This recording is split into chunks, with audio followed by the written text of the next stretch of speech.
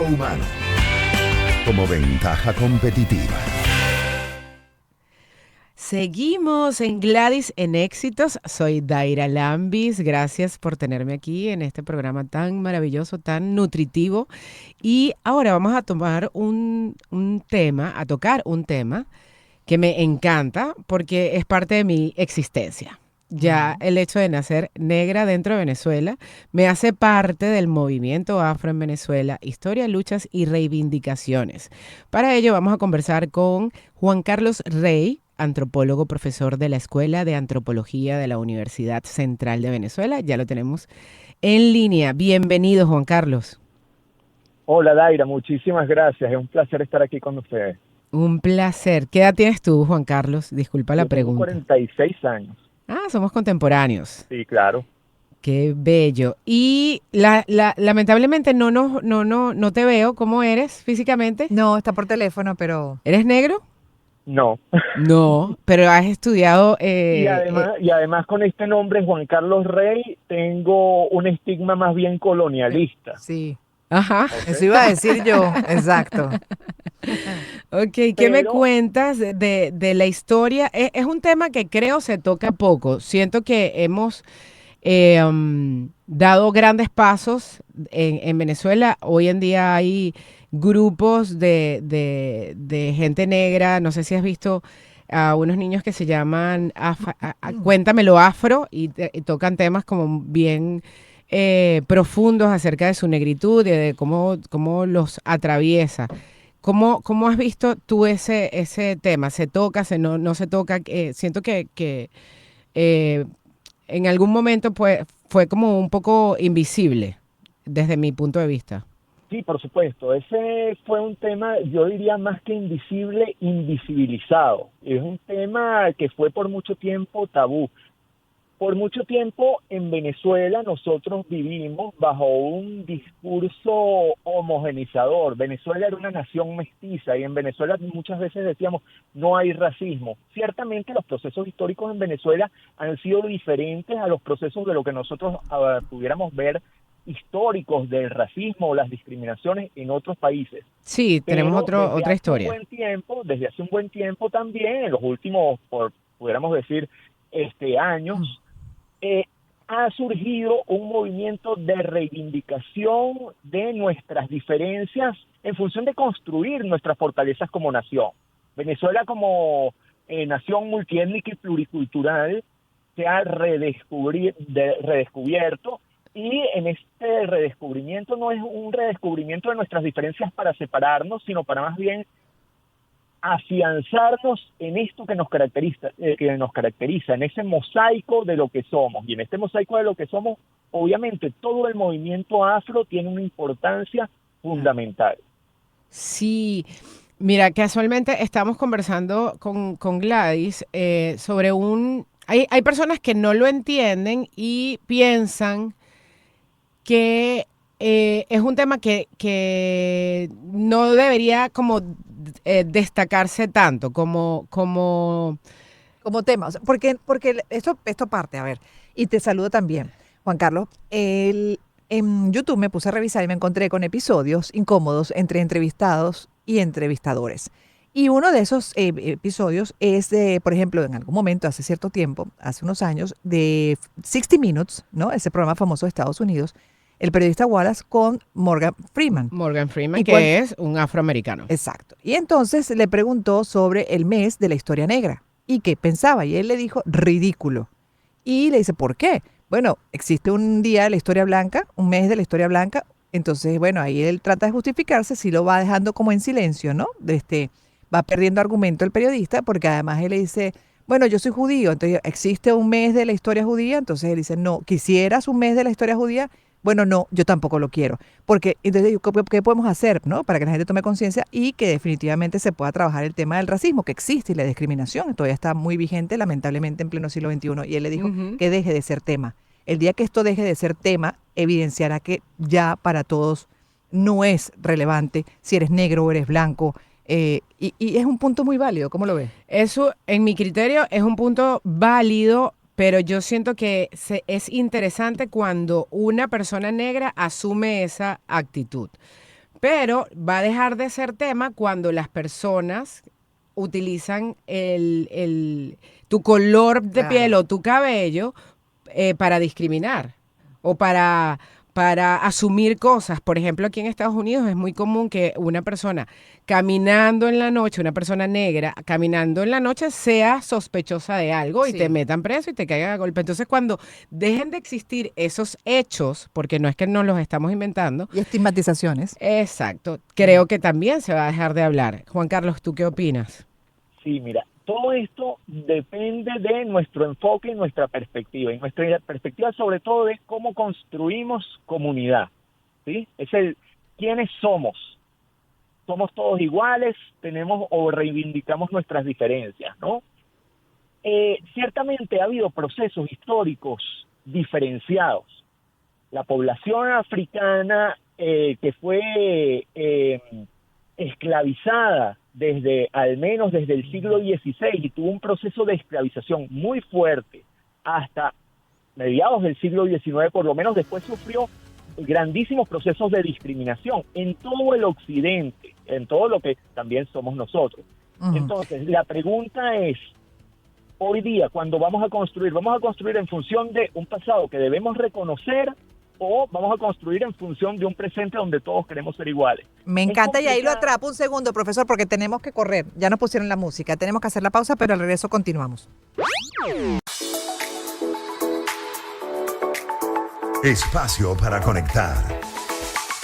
Éxitos. Caracas, El Vigía. Guarenas, Guatire, Maturín. Táchira, Mérida. Barquisimeto, Margarita. Puerto La Cruz, Puerto Ordaz. Maracaibo. Maracay. Éxitos. Sonidos en primera fila.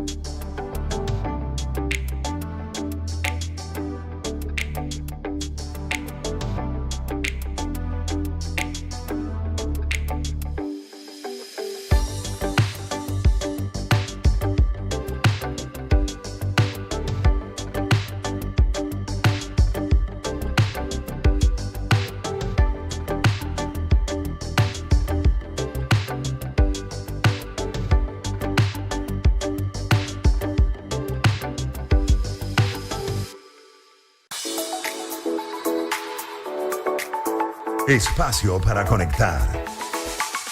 Éxitos. Caracas, El Vigía, Guarenas, Guatire, Maturín, Táchira, Mérida, Barquisimeto, Margarita, Puerto La Cruz, Puerto Ordaz, Maracaibo. Maracay. Éxitos. Sonidos en primera fila.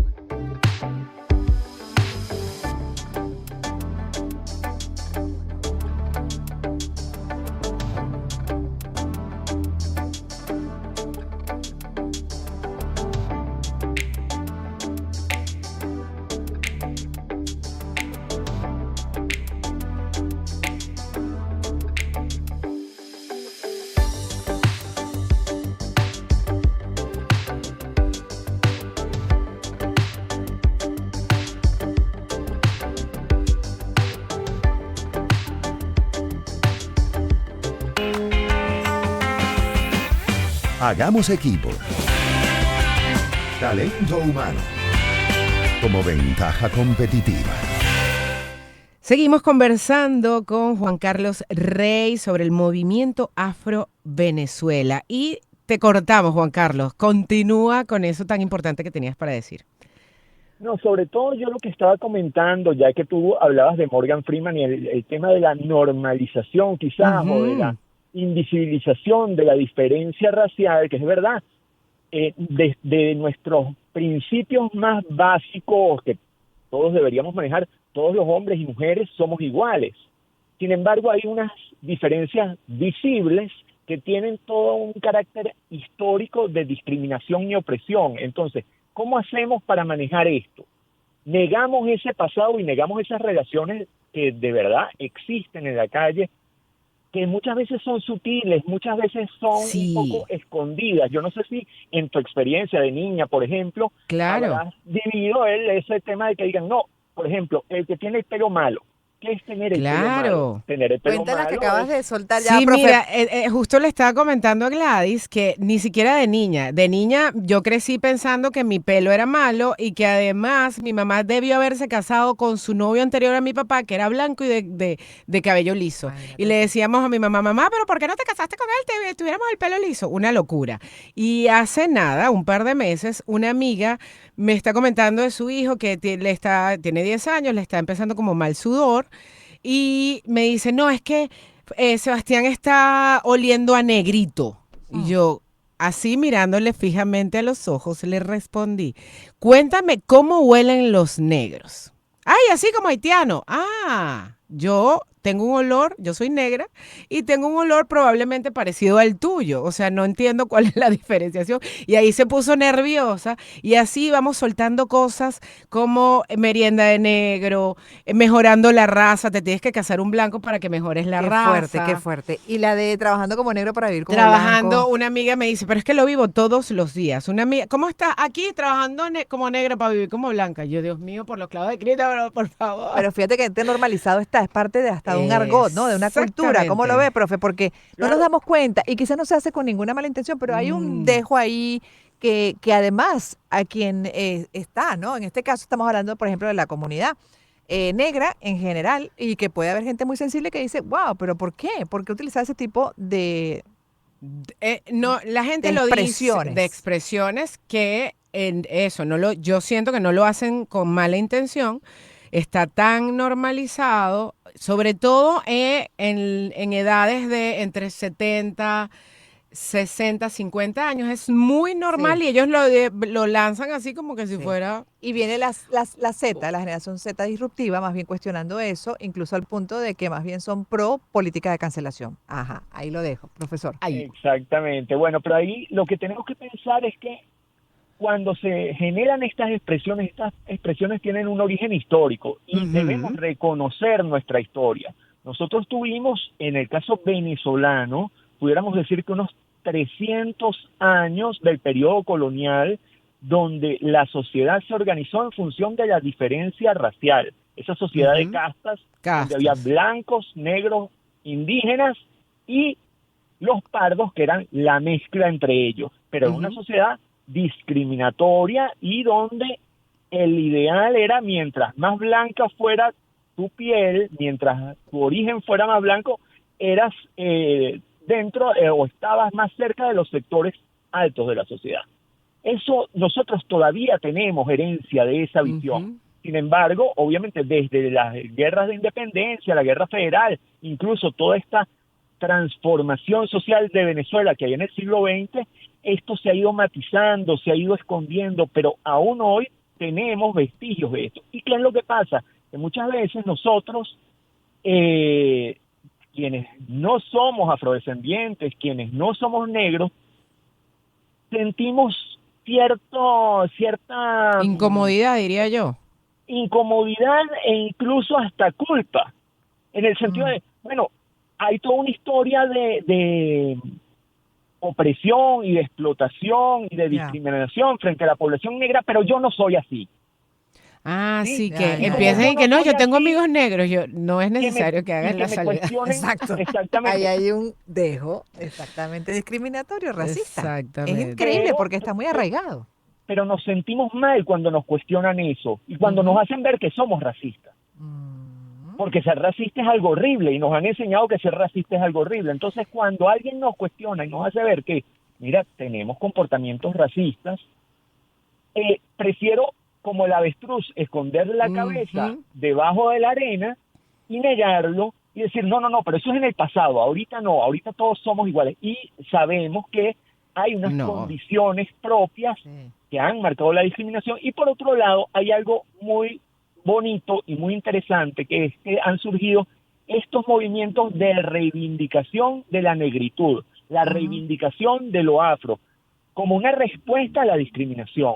Y han sido movimientos que no necesariamente son unos movimientos de enfrentamiento, sino de unión y orgullo frente a las historias y las tradiciones tan bonitas que tienen los afrodescendientes en todo nuestro país y que son parte de la nacionalidad venezolana.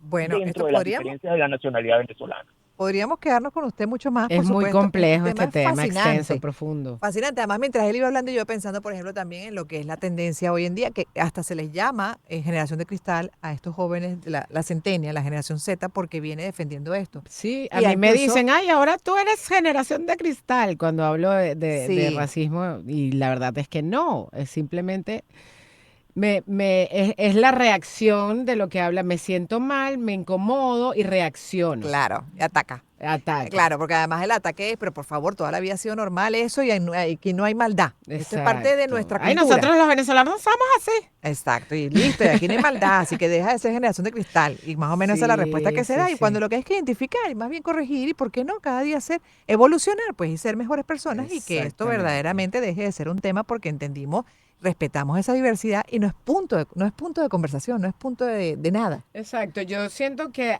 todo mejorará cuando seamos mejores seres humanos, que Sí. no veamos, evidentemente somos diferentes, amo las diferencias, que yo tenga mi color, que Gladys tenga su color, que tengamos diferente tipo de pelo, pero que no, que entendamos que somos seres humanos todos y que no hay uno mejor que el otro por color de piel, Así por es. dinero, porque yo vivo más arriba del barrio que tú, o que tengo una casa o un carro más caro, o ahora hay otra locura de países con el tema de la migración. ¿Tú no viste en Sí. TikTok que hay una niña, unas niñas que empezaron a decir, ay, en Venezuela yo soy un 3, pero en Perú soy un 10?